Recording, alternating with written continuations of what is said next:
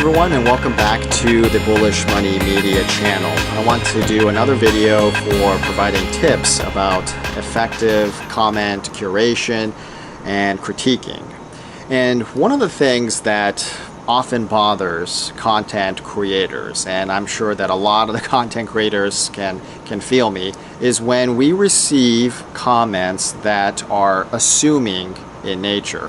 For example, let's say that you wrote about Bitcoin and three reasons that you selected why Bitcoin is moving higher. Maybe there's some technical bullishness, maybe there's some fundamental drivers, maybe there's a big news item that launched people into Bitcoin. Whatever it is, you picked out three reasons why you thought that Bitcoin, as an example, is going to move higher.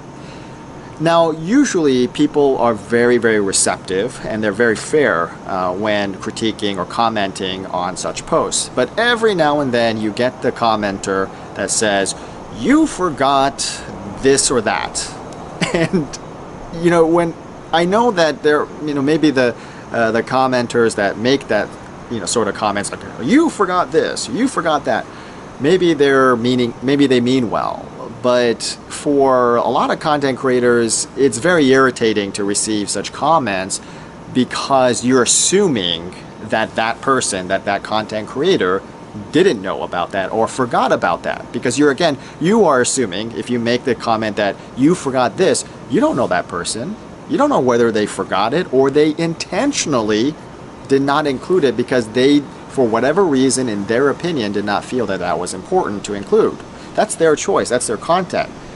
So whatever they decide to put out there, that's the framework. And then if you want to comment on that framework, then you could comment on the framework. Or if you wanted to bring up an additional point, you can just bring up that additional point that say, "Hey, I agree or disagree with the 3 points. Hey, did you maybe you thought about this, and here's my argument, blah blah blah." You don't have to.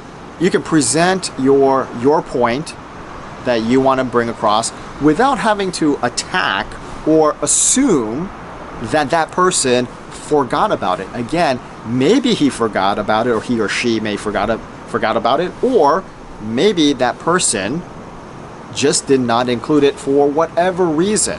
But it's wrong to go out to comment and assume, just like it is wrong for us as content creators to assume that, I don't know, certain people are jerks or whatever.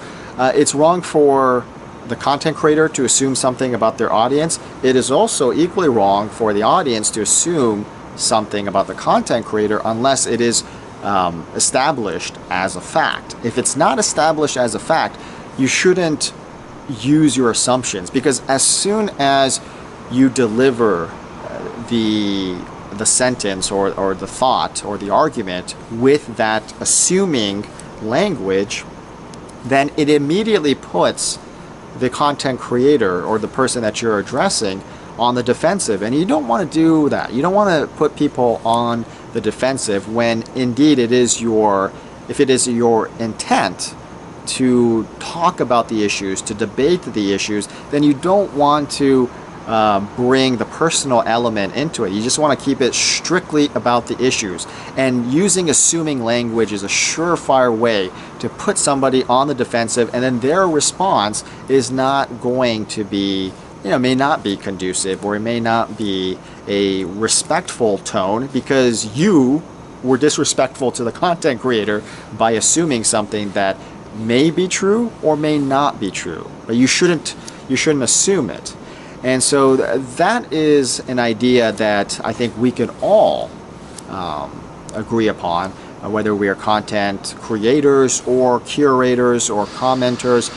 We could all do away with the assuming language and just address the issue, address the framework, or if we have other issues that we want to bring up outside of the framework, then bring it up, but bring it up in a respectful way so that no party is on the defensive.